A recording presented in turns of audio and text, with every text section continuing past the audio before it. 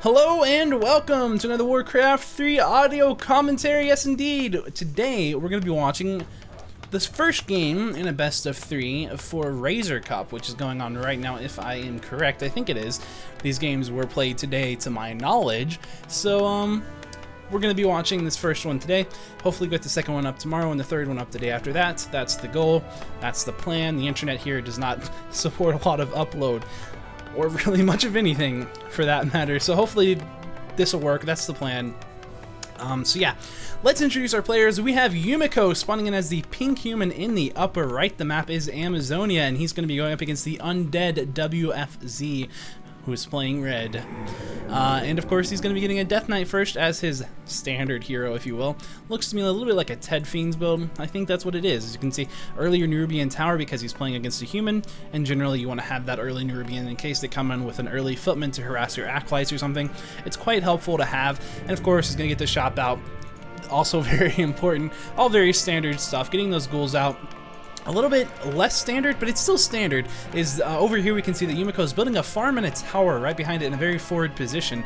And of course here comes that Archmage, and he's going to use his militia and footmen right here to creep out this goblin laboratory, and I wouldn't be surprised to see him go for this green camp as well right after. But of course we're going to see WFC with this Death Knight. He's going to try to come up there and get it a little bit of an interception off, a little bit of harassment or something, but there is going to be an Arcane Tower that's going to finish around the time that he gets up there. He's going to have a little bit of time to actually do something, but not a whole lot. We'll have to see, is he going to make the best use of that or not, and that's kind of the question. And if Yumiko decides to not creep this green, then his timing window is going to be really nothing you can do over there once he goes up as far as that green, or really this one. I mean, it's going to be difficult because once this is up, as you can see, Death Knight runs through there, he's going to take some hits. Of course, same with the Skeleton Warriors, and you don't want the Skeleton Warriors to get hit by an Arcane Tower because they'll take a lot of extra damage. Otherwise, they don't really do a lot of damage, as you can see, 8 to 10, but they do have feedback, which means they do damage to summons like skeletons, and they also burn your mana every time they attack. So it's not something you really want to be attacked by the Arcane Towers. That is the only tower in the game that actually burns mana or does extra damage to skeletons, but you probably already know that. Of course, we're going to see level 2 being picked up by the Archmage. He's also creeping this out up here, so he's got a decent amount of XP sitting here right now, 278 out of 500. We'll pick up a Mantle of Intelligence. That's 3 intelligence added onto his hero. Of course, you can see he's got a Claws of Attack +6, and because his hero main attribute or primary attribute is intelligence, that's going to bring him up to +9 because the 3 intelligence each gives 1 point of damage, as you can see right here. Also 15 mana and increases mana regeneration. It's pretty nice.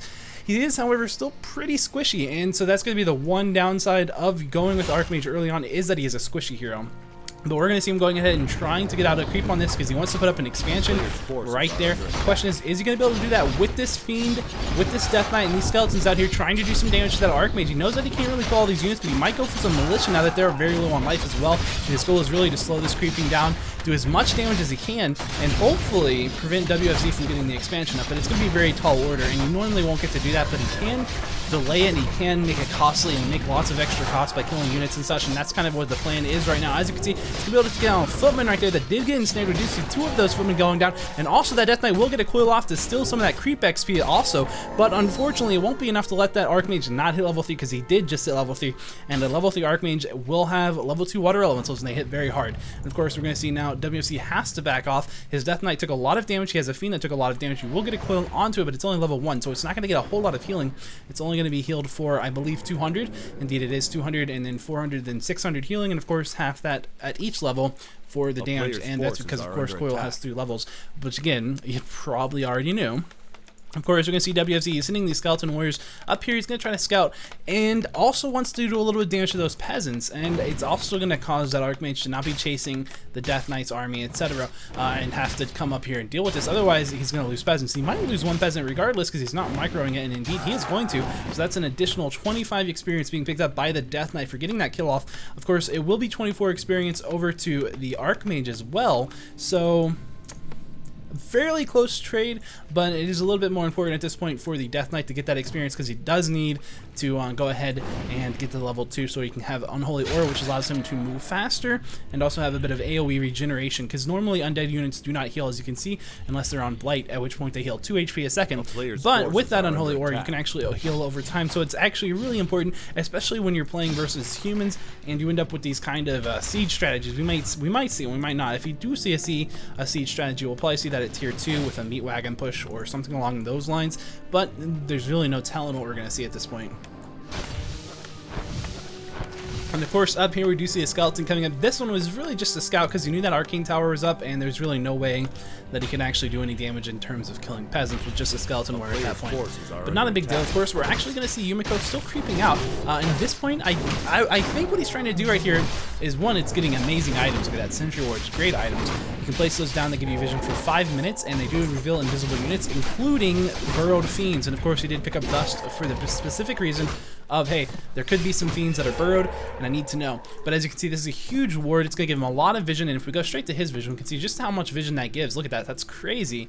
Just absolutely insane vision from that ward. And again, it lasts 5 minutes, which is pretty good. And if we wanted to see the other one right here, it's a really standard ward spot on this map. It lets you know, is your opponent going for an expansion, etc. So it's nice to have that ward position. And it's just nice to have wards. But also, I just, you know, a lot of times you used to see that human players would immediately go for the human base or the undead base perhaps once they got their expansion up. But now we're starting to see human players, and we've been seeing this for probably the past 5 months or so, going ahead and saying, you know what, let's just creep a little bit instead. And I'm not really sure exactly why, in all honesty. I couldn't really tell you, but I got a couple guesses, and I would say maybe it's because, hey, extra XP, right? You can get a little higher level Archmage. It's kind of important because later on in the game, what kind of hurts you the most is having a low level Archmage who gets nuked down, who dies very easily, and you're not getting a lot of experience, generally speaking, if the undead player decides to do some kind of a push or siege or something like that. And of course, you can see the Lich is out, and he's saying, okay, now all these footmen have defense, so they're pretty durable against these fiends, but they're not very durable against Frost Nova, against Coil, for example, or the Skeleton Warriors, because they don't take reduced damage from Skeleton Warriors. They do normal damage, which, as you can see, well, if I give you long enough to read, they don't take extra. They only take extra damage from magic, which isn't spells like Coil and Nova. It's like a magic attack, so like a Frost Room's attack, that's magic, or Griffin Rider's attack, that's magic, or casters, etc. Or I feel like really Water Elementals should do magic damage instead of piercing. I think piercing damage is a little too much for these guys, but whatever. I mean, I guess in some cases it'd be worse. Like, can you imagine an orc dealing with that? Oh, their grunts would just disappear. So I guess it just depends. From an undead perspective, you know, it wouldn't really change things, would it? Piercing and magic, both of them take extra, but I think it would change things for ghouls. They take extra. Oh, never mind. I am wrong. Don't ever go magic on Water Elementals. That would be terrible. I was like, hold on a second. Don't ghouls actually take extra too? They do also take extra damage from magic. Anyway, so enough of that rambling. So you can see, yeah, he's just going to go ahead and he's going to lose these, and these actually are going to give, I think, 40-ish. I can't exactly remember the exact number, but about 40 experience for each Water Elemental. I think it goes up by 2 experience for each level or each rank of Water Elemental. So at level 2, I think it's like 44. I think maybe it's 46 or something. I don't know. I can't quite remember, but it's about 40 XP. Of course, that's going to get split between these 2 heroes, so it's not bad to pick up 40 experience additional to each one of these guys. And that Death Knight's getting pretty close to level 3 as well. And once he does that, he's going to have a much more powerful nuke, being able to deal 200 damage with the Death Coil to enemy units. Of course, that will be 140 damage to hero units, because they do have that innate 70% or well, 30% magic reduction. So they take 70% of the damage. But yeah, and now we're just seeing these Water Elementals trying to suicide into the statues. That's because you can't coil these guys, and they're very, very effective in the fight. So if you keep doing that, slowly you'll wear them down. Now, they do regenerate life from an unholy aura. There are mechanical units. All mechanical units do. So that includes meat wagons, etc. Over here we can see that there are some footmen trying to run down into this base. And over here we're going to see that the Archmage here, I think he wanted to pick up either a Zeppelin or maybe even a sapper or 2 from that laboratory, but he did get chased off because there was creeps there, and 2, the undead was at his base, so there's not a lot he was going to do there.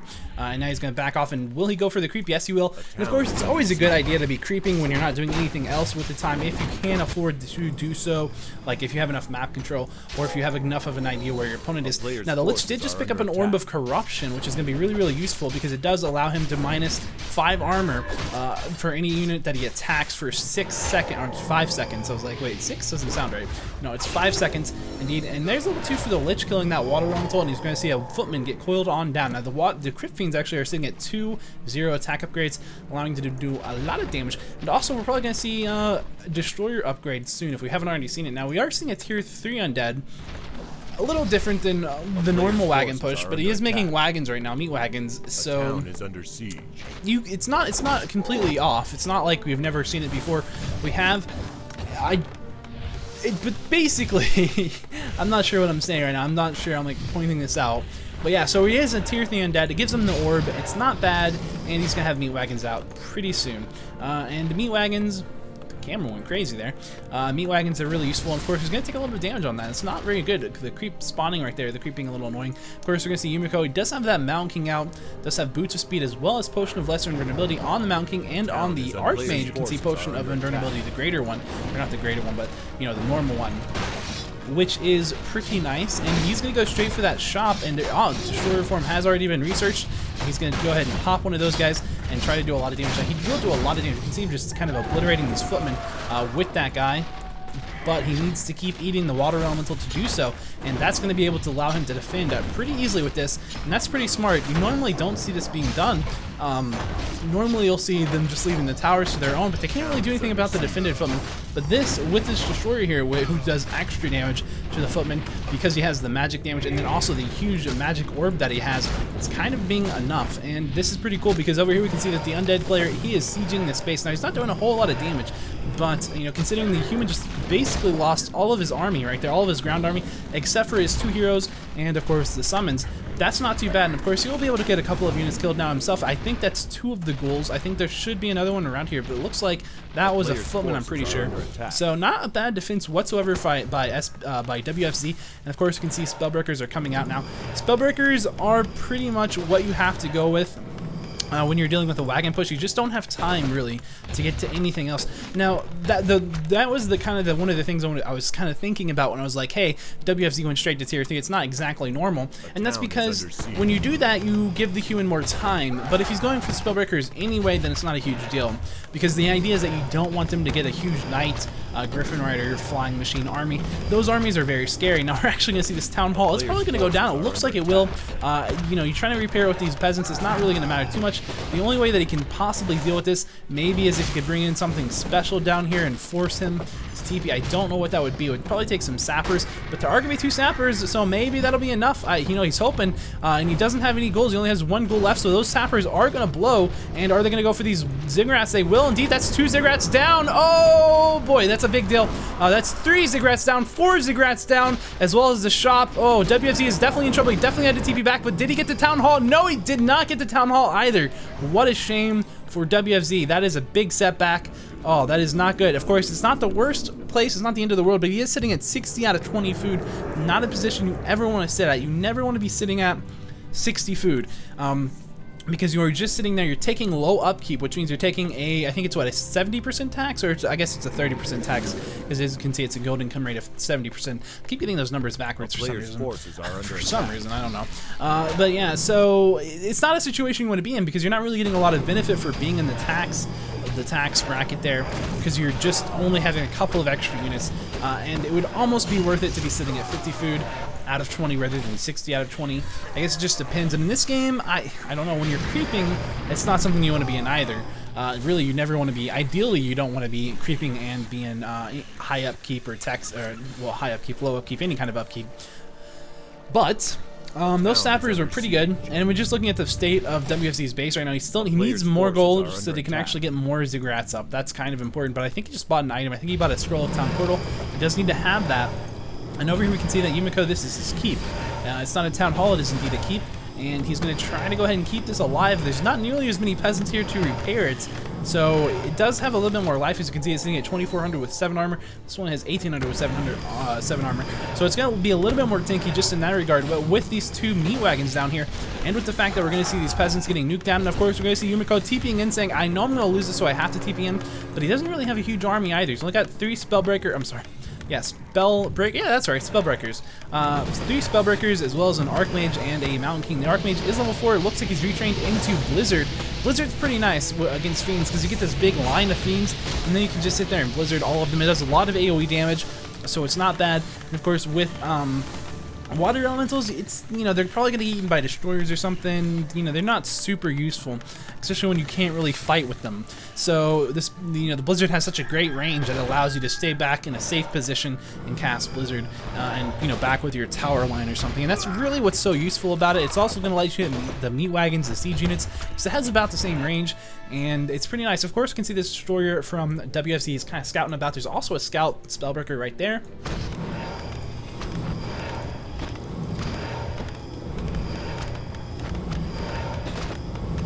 Both players just trying to make sure that nothing funny happens down here at this gold mine, because there's only 4 gold mines on the map. That's the only one that's not currently claimed. Now we will see that Yumiko will come in here. They see a very nice burrow on that Crypt Fiend. He does still have dust though, so if he wanted to go for it, he could dust it, but there's really no point because he's not going to get the kill. Now this town hall has gone down actually, which is a pretty big deal for Yumiko. I think that happened while I was drinking some water.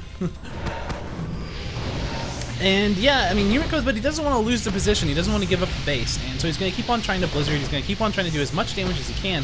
And of course, mana is relatively free. So, and the Archmage is going to cast blizzard, defending the location. That's what he's got to do. Of course, we're going to see a priest will go down. A very nice coil on one of those fiends, trying to keep him alive. And we're going to see a nice bolt on that Crypt Fiend. Oh, another coil just to be very defensive, but will it be enough? There's still that blizzard raining down, and yes, it will be enough. That Crypt Fiend is going to live. Wonderful. As you can see, of course, Yumiko saying it's time for me to retreat back into my base behind all of these towers. Now, he doesn't really have a way out of this. So if WFZ is capable... you know, at this point, I wouldn't be surprised if he sent his meat wagons over here to this, and he just kind of tried to contain with his army. Might not see it, but oh, another coil going to save that fiend. Of course, we're going to see a very nice Frost Nova on the Mountain King. There's not a whole lot more that you can Frost Nova. Of course, these spellbreakers are immune to magic, so gotta find a target for it. And why not? The Lich would have been sitting around almost full mana before that Nova. We've been sitting around 400, so you definitely want to go ahead and get that mana used. You don't want to waste mana, because you're wasting mana whenever your heroes are full mana, because you don't get the mana regeneration, so you don't really want that. Especially now when you have 2 statues running. Of course, this one's kind of low on mana, so, you know, one's running mana, one's running health. But nonetheless, we're going to see one of these barracks will go down. Now, if you can get this Arcane Sanctum down as well, that'd be pretty good. It'd be super swell if you can get both of those down. Now, ooh, we see a Zeppelin coming in for Yumiko saying, ooh, this is my getaway. But he has to be careful, because if that Zeppelin gets webbed, then he doesn't have a getaway anymore. And also another thing some people might be curious about, they probably already know, but the Meat Wagon's attack upgrade is melee, even though it's a ranged unit. A little bit strange like that, but then again, they're not really called the melee attacks or the ranged attacks, are they? So that's kind of like not what they're called at all. So yeah, 3-0 for the Fiends as their upgrades, and no upgrades on the Meat Wagons. Of course, these Spellbreakers over here are sitting at 2-2, which is 1 more upgrades worth than WFC's Fiends are, but they're not super more durable or anything like that, so 3-0 is pretty comparable to 2-2, I think, because the first upgrade is, it's kind of, I mean, they're just as good, really, but they're armor upgrades, and so, because each upgrade is the same as the next, it's just getting multiple ones. But anyway, yeah, so we're going to see one of those Fiends will go down, but, yeah, and then we're going to see actually a Frost, the Mountain King's got an illusion out. I'm not really sure what that's all about. Spellbreaker's taking a couple hits on the statue. Don't really matter too much because he was already out of mana, so they're not actually dealing any mana damage there. Both of these statues are out of mana, so they're going to either have to start healing up some mana, or they're going to be wildly inefficient for a little while until they do get a little bit of excess mana. Ooh, and indeed, oh, the Zeppelin did get, oh, now that is unfortunate to get it killed while it's webbed. Not good. And we're going to see WFC going ahead and backing out with the TP at this point, saying, I don't really want to fight in this tower range. Now, unfortunately, he didn't unburrow that Fiend, so I didn't go with him. Now, these Meat Wagons are really out of position. Oh, man. Hopefully, those don't get caught. Can Yumiko see those? No, he's looking around. Phew, man, WFZ must have been sweating right there going, oh man, no, come on, Wagons. But they did make it out just barely. Now we're going to go ahead and see Yumiko creeping just a little bit. He does need the creeps. This is a green camp, but you might as well go ahead and kill it. He's not even level 3 on the Mountain King, and the Archmage also isn't level 5 yet. The alternative camp is going to be this red one. this orange one that's currently being crept out by WZ, or over here, the red one here. This green's probably not going to happen. This orange also probably not going to happen. Really nothing down here is probably going to happen for the human player. So if he does want to, he could probably go ahead and try to get ahead, you know, creep out this orange camp. Or this red camp. It's possible. Sorry. I don't know if he can, though. If he had water elementals, he definitely could, but it would take him a while still. So, WFZ taking a little bit too long to get his positioning right there. Just ran his DK kind of blindly into this army, taking a lot of focus fire as well as a bolt to him, and that was a really bad blizzard for WFZ. So he's gonna have to back away. Hopefully he's gonna be able to get away from this army, because this is just not a position he wants to fight in. He does have an abomination up, but he will lose a meat wagon. Maybe a second one as well here. Ooh, no, maybe. Oh, yeah, it looks like it's going to go down for sure. Yeah, it will go down. And these fiends are taking a lot of damage as well. Ooh. Another TP out for WFZ. That is costly. That is 700 gold spent on TPs here in just the last couple of minutes. Not really at all an ideal situation. Yumiko's looking a little better than he was. Of course, he has more gold in this gold mine, and you can see 10,000 gold in that one, then the 180 in this one. These gold mines right here are absolutely insane. Look at how much gold. 20,000 gold. Just nuts. And there's still 2,000. Oh, hey! I didn't even see this town hall. This is pretty clever from Yumiko. Why not put it right here? Still mine this out pretty efficiently, if not the same efficiency. I can't tell how far it is. It looks like it is, though. So Yumiko being really smart right here, kind of pulling a night elf, if you will, by repositioning the town hall for the main base. Not really something you see most other races do. I think it's the first time I've ever seen a human do it, but it's definitely, well, that's not true, I guess. But anyway, so yeah, we're going to see one of those fiends going right down. Mountain King taking a lot of damage. He will pop that potion of lesser invulnerability, and that's going to wear off here in a couple seconds. There it is. He will get the bolt on the Death Knight right as it wears off. Very nice. And now he's going to TP out. Well done. Well played. Will we see that abomination going down? No. Will it? But a spellbreaker does. Sorry about that. I'm having a little bit of allergies in the Kentucky weather. It's not the greatest.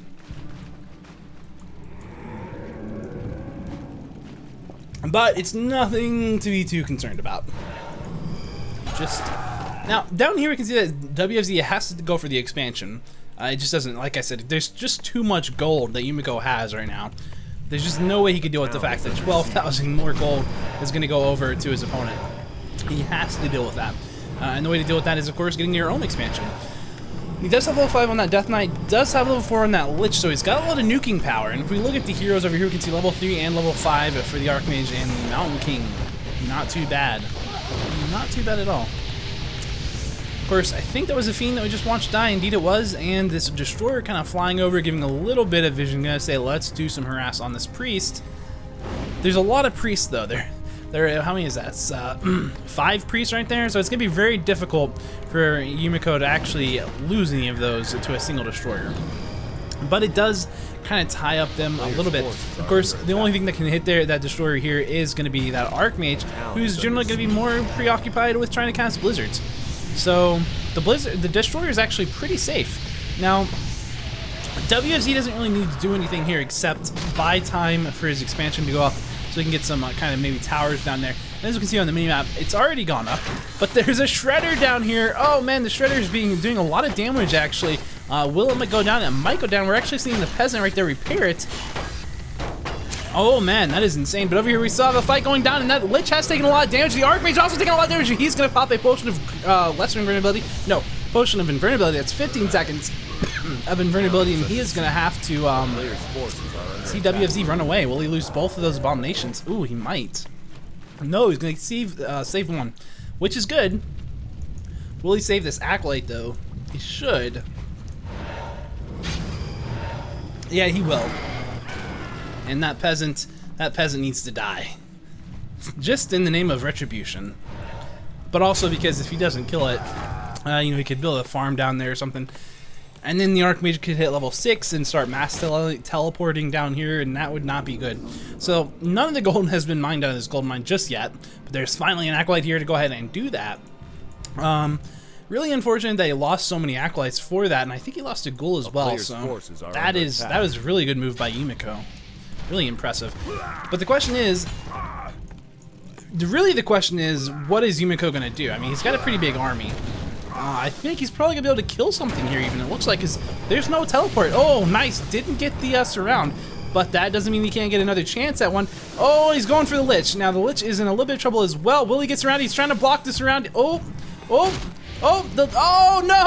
No, oh, no. Okay, it's good. Getting out of there. WC. Oh, his Lich does end up getting surrounded in the end. Now, that's going to be really hard to recover from. And in fact, he's going to just go ahead and say good game. Wow. That was a pretty good game, I think. Hopefully you guys really enjoyed that one as well. And that was game 1 of a best of 3. Yumiko 1-0. So we'll see if it's got 2 games. If Yumiko goes 2-0, then there'll be 1 more game in the series. We'll get that up tomorrow, and if there's 3, we'll get the 3rd one up the day after tomorrow. So I don't actually know, because I downloaded like all the RazerCup replays, and I was just like, I'm gonna pick this one completely randomly. So that's what I did. I don't know. But we'll find that out tomorrow together, and hopefully, assuming this video actually goes up today. That depends on the internet actually cooperating, which, in case you're wondering why there hasn't been videos, that's been why. The internet just won't cooperate out here in the middle of Kentucky's nowhere, so that's unfortunate, but it's been working better the past week, so I'm hoping that we won't have any issues. I'm hoping, fingers crossed. So that's it for now. Like I said, if there's more, well, there's definitely 1 more at least, and there might be 2 more, and those will be coming up in the next day or 2, so when that happens, you can click right here, hopefully there'll be an annotation to game 2 when it does go up. Hopefully that's the plan. And until then, I'll see you next time. Bye-bye.